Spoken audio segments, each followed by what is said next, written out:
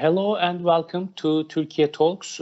As usual, we are going to talk about recent developments regarding Turkey's foreign policy and security issues, especially around our region. I'm joined by Kadir Üstün from Washington. Kadir, hello. Hi, Bora. And Necdet Özçelik, welcome to our program. Let's start with President Erdogan's statement about Turkey's war against terror and terrorist organizations. He made a clear statement after a cabinet meeting that Turkey is ready to implement its long-lasting policy of 30 kilometers of buffer region in Syria. From time to time, when there is an opportunity, Turkey tries to clean this area from terrorist organizations, and this was an ongoing strategy since 2016, especially. Actually, before that, Turkey's operations were going on in the region, but especially after 2016, this process accelerated. And this recent statement seems that Turkey is preparing to clean, especially Tel Rifat and the surrounding area. Mr. Özçelik, maybe we should start with you because you know the region very well. You've been there, you studied there, and also you have also military background. How do you see a recent statement of President Erdogan? Why do you think Turkey is preparing to act now? What happened?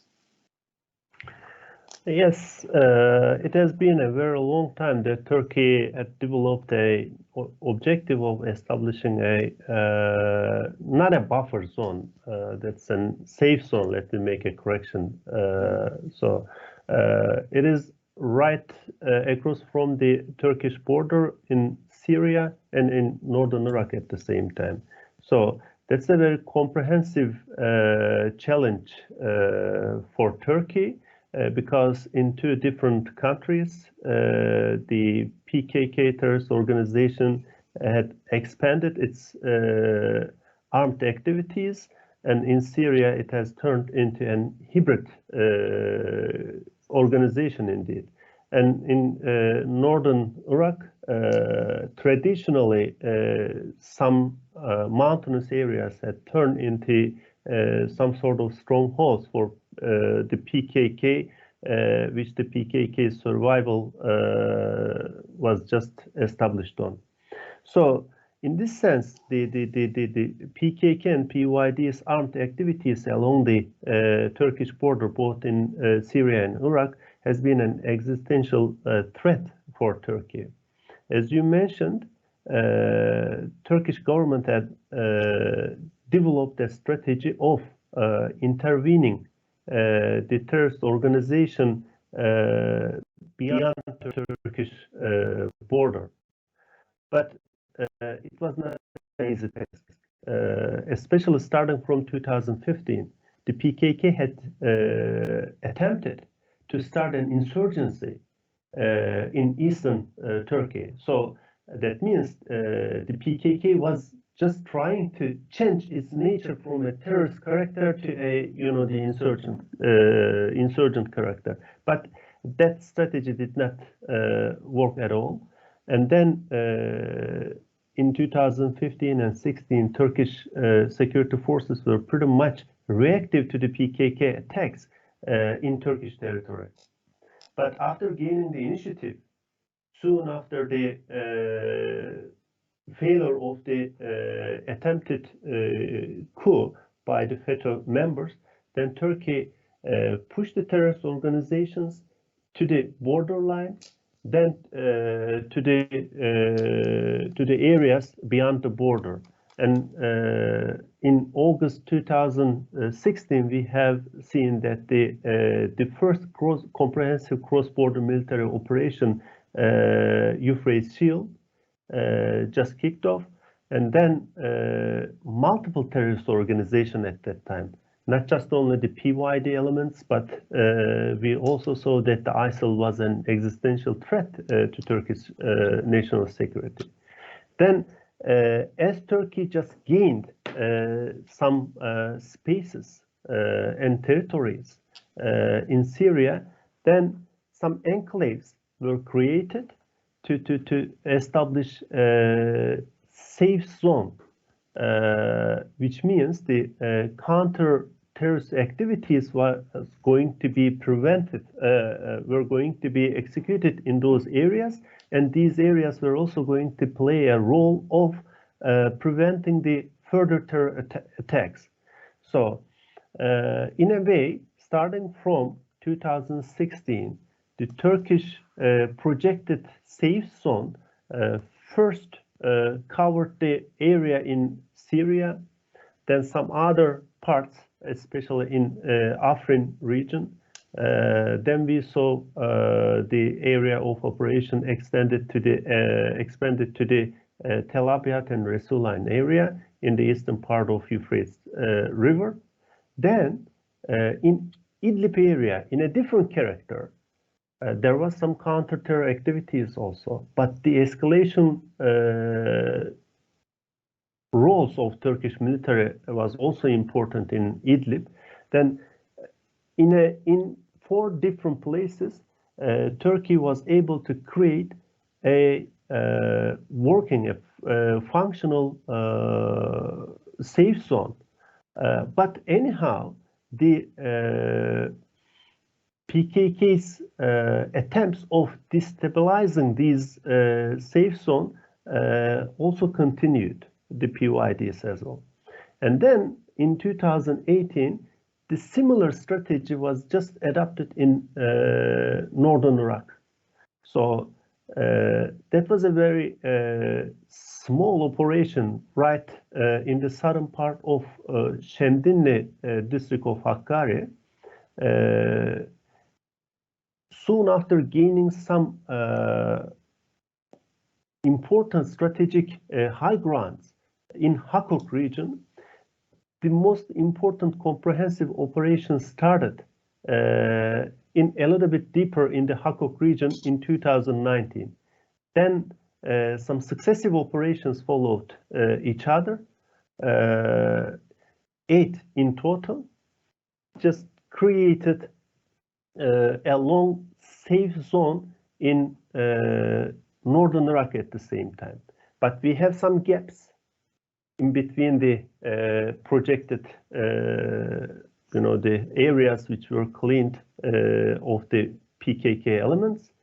But the expansion of the areas, operational areas, also paved the way for the Turkish security forces to change and to change its strategy to hit the PKK elements not along the borderline, but deep in the northern Iraq and northern Syria. So we are. I'd like to add also Kadir into the discussion. This is the background of what Turkey has done. Necdet Hoca explained very well. So we have a safe zone from Iranian border to the Mediterranean, one way or another with gaps. Why do you think right now the president is pushing for another operation? Why do you think Turkey think the time is ripe for this operation? What is your opinion on that? Thank you, Bora. As Necdet explained, Turkey has intervened in multiple locations and has been trying to create some sort of safe zone that is about 30 kilometers deep into Syrian territory in the north, and that the idea is that would secure the Turkish border with Syria, and that would reassure Turkey about cross-border operations of PKK-PYD. And the broader political context, as you know, Turkey has been, pushing both the United States and Russia to, sort of restrict PYD's area of operations, drop their support for the PYD, etc. But those calls have fallen on deaf ears in the past years. And Turkey took the matters in its own hands and created these areas that are under direct Turkish control, which has been preventing further refugee inflows into Turkey. So those operations have not just been successful, but they have also contributed to stability in Northern Syria. They have kept things under control, but Turkey continues to worry about PKK-PYD because these elements have been occasionally targeting Turkish positions, and they have actually resulted in killing of Turkish soldiers and civilians as well along the border area. So it's not that Turkey has been pushing Russia and the United States to stick to their promises of keeping PYD away from Turkish border, but those promises have not been delivered. Most recently, as to your question, Bora, there are some reports that Russia is pulling out some of its forces from Northern Syria, and I would bet that Turkey does not want any other elements like Assad regime or pro-Iran Shia militias to come in and fill in the gaps. So that's why there's a bit of an urgency on the Turkish part to come in and fill those gaps, but also push the U.S., especially around Manbij, to rethink its support for YPG. And in our discussions, remember, we keep talking about this issue, and the Americans, especially, Russians as well, but they kind of rely on that 2019 ceasefire that Turkey kind of agreed to keep stability in the north. But the promise was that PYD would be kept away from Turkish border, about 30 miles deep into 30 kilometers. I'm sorry, deep into Syria. But again, that promise is shaky at best, and the recent changes in Russian force structure on the ground is probably pushing the Turkish president to make sure that Turkey has broader, bigger, larger control along the border, with the ultimate goal of creating a whole belt along the Syrian border, about 30 kilometers, and then potentially, building residences, building some sort of under the safe zone, building places where Syrian migrants, Syrian refugees could be relocated, and that also has been an issue internally inside Turkey. As you know, there's been a lot of anti-refugee rhetoric by the opposition inside Turkey. So that's probably another motivator. But I think most importantly, Turkey doesn't want to miss the chance of filling those gaps when Russia might be departing partially, from northern Syria. Necdet, do you think Russian withdrawal is political or operational? I mean, do you think they are in position that they have to withdraw because of the situation in Ukraine, or do you think this is political decision? Rewarding Turkey because of Turkey's stand. Actually, Turkey's stand is not related to Russia. This NATO, it's completely a Turkish security issue, but maybe Russians want to deepen the problems within NATO, and they are using this region as bargaining chip. What is your opinion on that? Do you think this is coordinated or just operational withdrawal because of the not good-looking situation for Russia in Ukraine? So, why the Turkish government decided to start another military operation these days, maybe weeks? So there are three important reasons. First one is the rise in terror attacks from the Ain al Arab area, from Manbij area, and from mainly from the Tel Rifat area. The second reason is territorial need for the Syrian immigrants projected to return back to their the country. And maybe one of the most important factors is the conjunctural opportunities for Turkey. So as part of that, we have seen Russia had a series of setbacks in Ukraine, and there were some repercussions of the Russian military operations in Syria. We have seen that Turkey put a reserve on the Russian logistical activities through Turkish straits and through Turkish airspace. And we have seen that the operational continuum for Russia was a little bit problematic because of the delays of the logistical activities. This was an important factor that should not be ignored. And yes, we have seen some Russian troops moved from the northern part of northern axis of Tel Rifat and northern rural areas of Latakia to the southern positions. This is because of the operational problems that Russia faced. And yes, there is a working mechanism for coordination between Turkey and Russia, and also an ongoing confrontation at the same time in different areas of activities in northern Syria. Here, I'm expecting the operation mainly in Tel Rifat region. This is the terror hub not only Turkey is suffering from, but Russia also faced some challenges from the Iranian proxies and the PKK and PYD activities over there. So what I mean, Russia is not very much happy about the PKKs and PYD's activities, trying to destabilize the northern part of Idlib, which is a very controversial area of confrontation and cooperation between Turkey and Russia.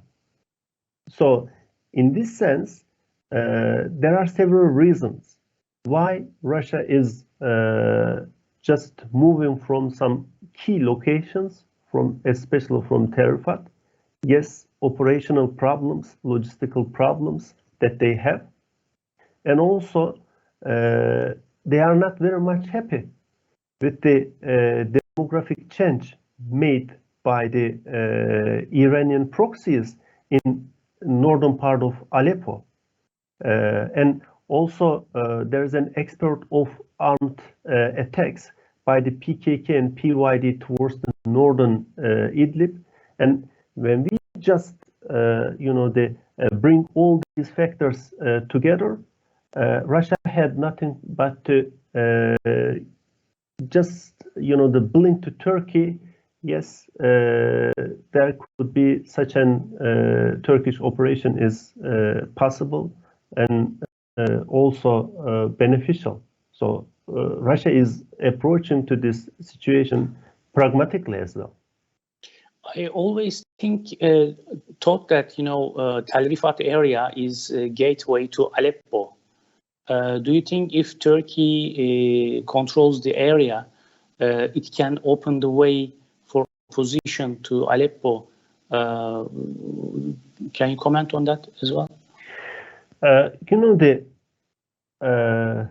Aleppo is a strategical target for the Syrian opposition. It was one of the most important strongholds of the Syrian revolution, indeed. But in 2016, that's just fall in the hands of the Syrian regime and to Iranian proxies with the help of the Russian destructive airstrikes. And Tel Rifat become a buffer zone. So that's an important definition from the perspective of Russia, because between Turkish forces, Syrian National Army elements, and Syrian regime forces, Russian forces, and all others, Tel Rifat played an important, let me say, buffer role to prevent the Turkish activities and the Syrian National Army activities not to attempt to get into Aleppo. But this is this situation is showing that Russia seems to be its position of letting Tel Rifat to be kept, to be controlled by the PKK and PYD, because now Russia cannot sustain its logistical activities to these elements. We see two different PKK and PYD in Syria. PKK, PYD working for Russians, and PKK, PYD working for the Americans. The first one is not, working for Russia effectively anymore, because as the war is protracted, the war in Syria and the war in Ukraine, the Russia cannot, sustain the operational and the logistical activities for their proxies at the same time. So it's shown that Russia has nothing, it is desperate, but to let Turkey to control this area. In this sense, we can expect some sort of cooperation or coordination, maybe agreement between Turkey and Russia. Turkish forces can move to some certain places, to some certain line in Tel Rifat region, not to bother the Russia further than expected. What about the U.S., Kadir? I mean, now Russians seems more receptive to a Turkish operation. At least they are departing from the region and opening space for Turkey. What do you think about U.S. attitude? Because they want to accept Sweden and Finland into NATO, and Turkey is putting its own reservations because of these two countries support the PKK and FETÖ and other terrorist organizations, extreme leftist organizations. Do you think Americans will also open a space for Turkey to execute this operation? Well, the State Department already, kind of expressed concerns, and they said that this would, destabilize the situation. Turkish operation would destabilize the situation on the ground, because it would upset PYD, PKK forces. They're probably going to have to restructure where they are. But in terms of Tel Rifat, as Necdet explained, it's more YPG forces that are kind of there to prevent Turks from coming closer to Aleppo, and then they've been doing the Russian bidding. But the YPG forces, as they operate within the SDF structure that the U.S. created in Manbij area. They're more controlled or supported by the United States. So if the Turkish operation is limited to Tel Rifat, maybe American criticism will be, the statements will be less harsh on Turkey, because it will only be replacing Russian presence there, which may not necessarily be so upsetting to the United States. But if Turkey moves towards Manbij, which in the past has tried. Remember, at some point, Turkish forces came very close to American forces on the ground, and that was a big deal. And there was a lot of bad press in the U.S. in Washington about Turkey, what Turkey is trying to do, etc.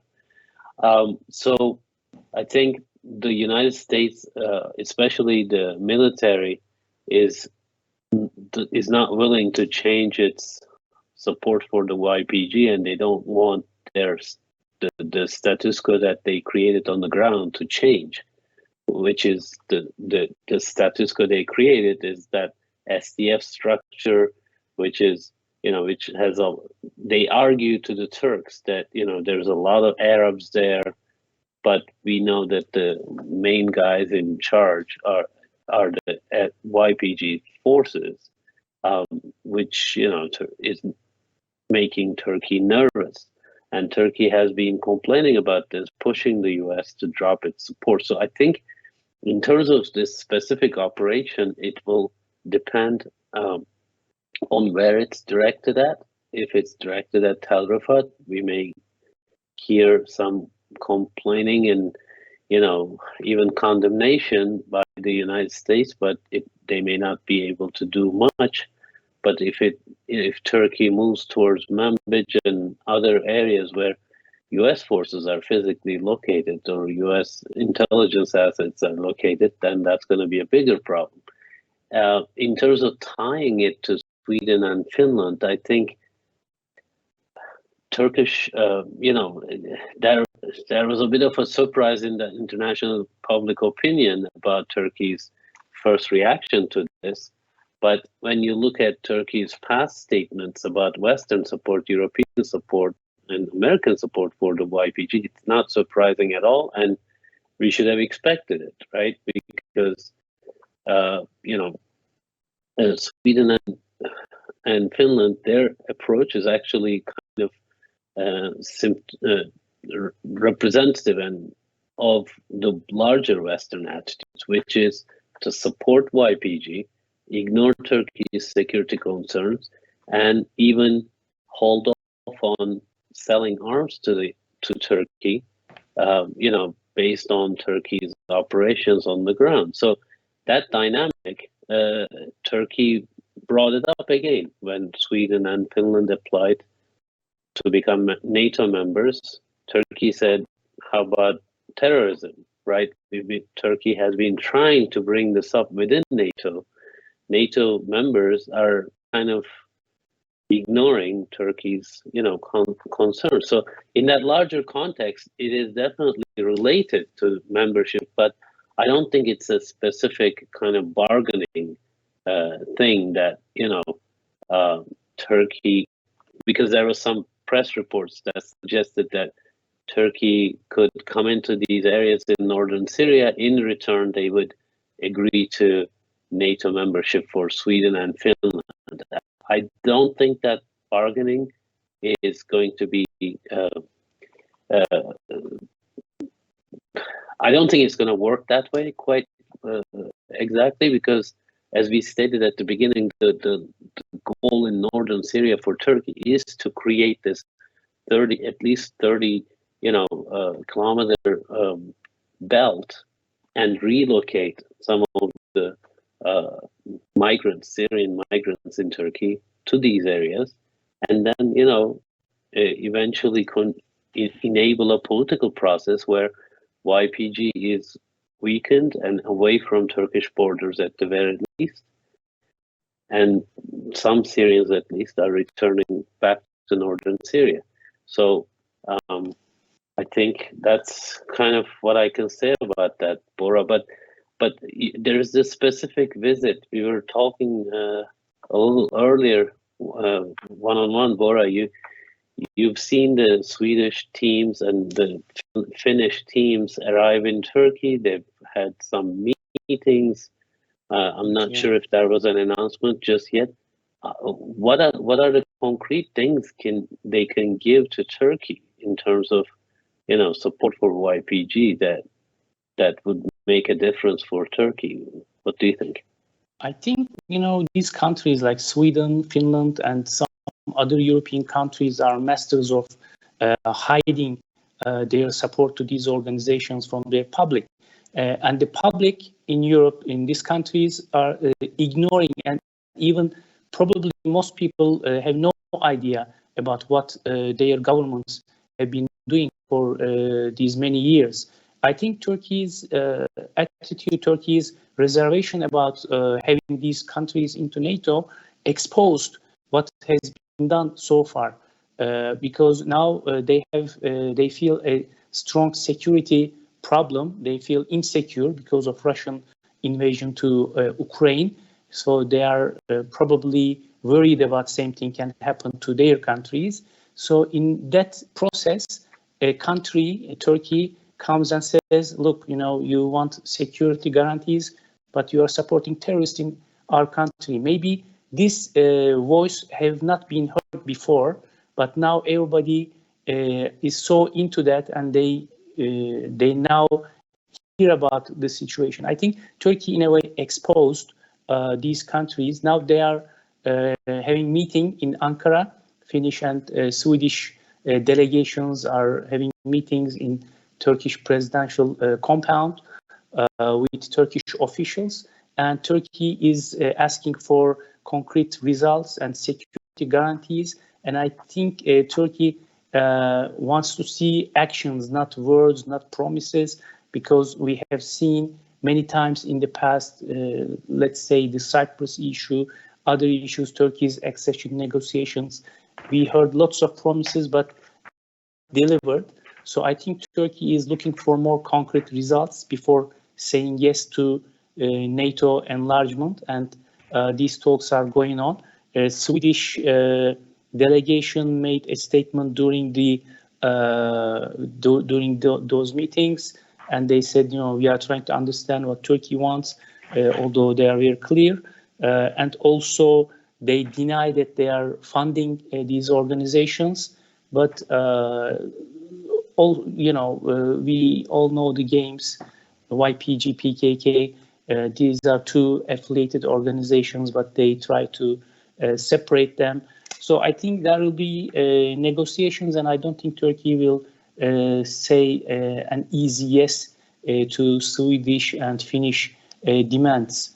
And also Turkey is in a way escalating and with this operation thing. So I think we will see more negotiations between those countries.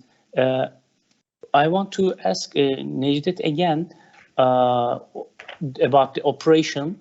I think in a way Turkey is also trying to seize the opportunity. What kind of operation should we expect if it will happen? How do you think it will look like? What will be the objectives of this operation in terms of Turkey's military strategy? A good question. Everybody is expecting the similar type of the operations that Turkey had carried since 2016. But since then, we have seen that the Turkish capabilities of the operations have also developed. So the firepower capacity have changed, and the nature of the joint operation concept have developed because Turkey learned how to work together with the local actors in the field, and also adapt them or attach them to their to the regular the operational forces.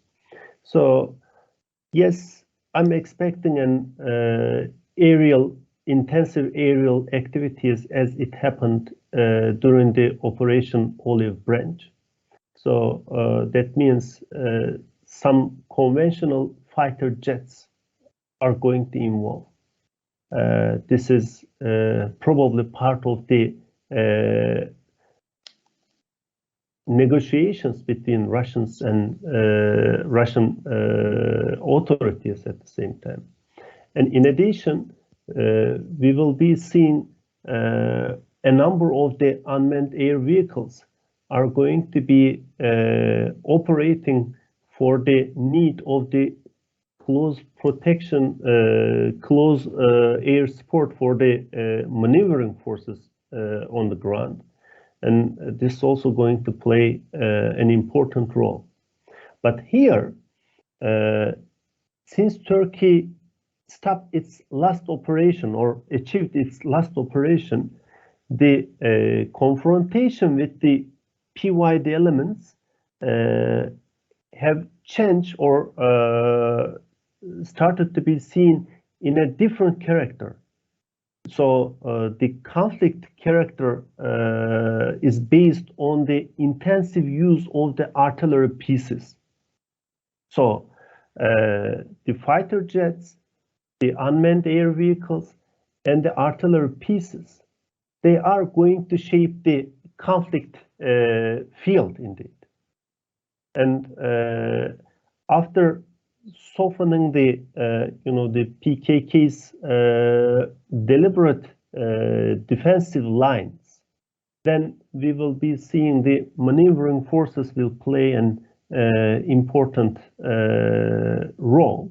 That's going to be the the battalion task forces with the involvement of the the tanks, armored combat vehicles, attached with the special forces soldiers and the Syrian National Army elements. So, Necdet, if I may interrupt just quickly. Sure. Is this terrain a difficult terrain? Is it, what kind of timeline do you expect? Is it going to be a matter of days or weeks or longer in terms of the complications, the complexity of the operation? Different from the other areas of operations, especially completely different from Afrin region. This is a rugged terrain, but can allow the armor operations. Tanks can roll easily. The season of the year can allow the tanks to roll, the ground at the optimum level. But we have seen a lot of, the urban areas in this region. And around these urban areas, tunnels, ditches, trenches, this kind of, the man-made obstacles supported with some IEDs will definitely slow the Turkish, let me say, the offensive operation. But the precise engagements from the air will open the area of approach for the Turkish forces on the ground. It is estimated about 7,000 PKK PYD terrorists in Tel Rifat region. 7,000. This is a big number. Do you expect them to? If I remember correctly, in Afrin, they did try to engage the Turkish military, and they lost a lot of people very quickly, and then they pulled away. Do you expect them to pull away in Tel Rifat, or do you think they're going to fight to the end? I don't think they can fight to the end, because they have an escape route. They are affiliated with the Syrian Assad regime. They are affiliated with the Iranian proxies. So when the operation starts, it's not going to be only the PKK, PYD elements. So the number of the, the regular threats are going to be more than 7,000. So that's going to be a lot of, the Iranian proxies that Turkey will engage, especially in the southwestern part of, the Tel Rifat, Zehra and Nubel, the axis are mostly controlled by them. And we also have some, the Afghan and Pakistani Shia militias are operating over there. So the PKK elements are not alone over there. And what they have for their operational, let me say, I don't want to say the supremacy, but they have some, the advantages. Yes, as well. They have a bunch of, the anti-tank guided missiles.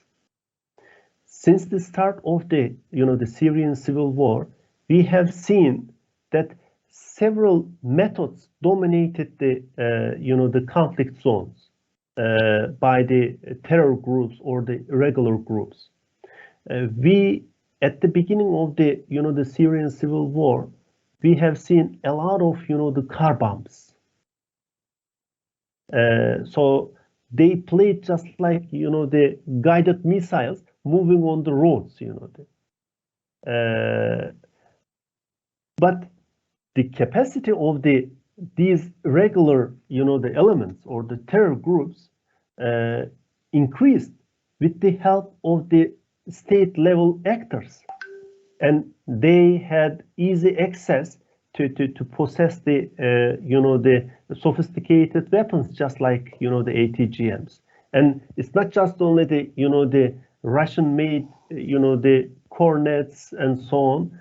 They have, the US-made, French and, the German-made Milans, Javelins, and this kind of, the ATGMs as well. So they are the primary, the threats for the operational forces. In this sense, we can see at the beginning of the, the offensive, these weapons are going to be used intensively by the PKK elements and the, the proxies that I mentioned. This may slow down the operational tempo, but I don't think this is sustainable. I mentioned about the logistical problems that they are having.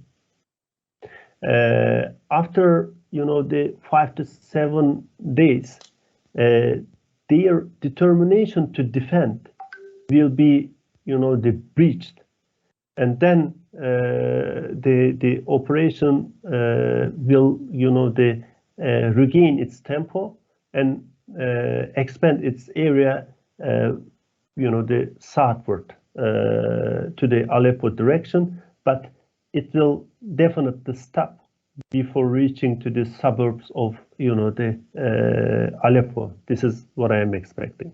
Yeah. Okay. Thank you very much, Necdet, and thank you very much, Kadir. This was a very interesting talk. We talked about possibilities, scenarios in Turkish possible operation in Syria and its political and international relations with other issues, especially Russia and Ukraine war. Thank you very much, Kadir. Thank you very much. Thank you, Bora. And hope to see you. So much. Hope to see you next time. I also want to thank Necdet, especially because he was so detailed in terms of operational aspects of what's going on the ground. Thank you, Necdet. Thank you so much, Kadir. Thank you.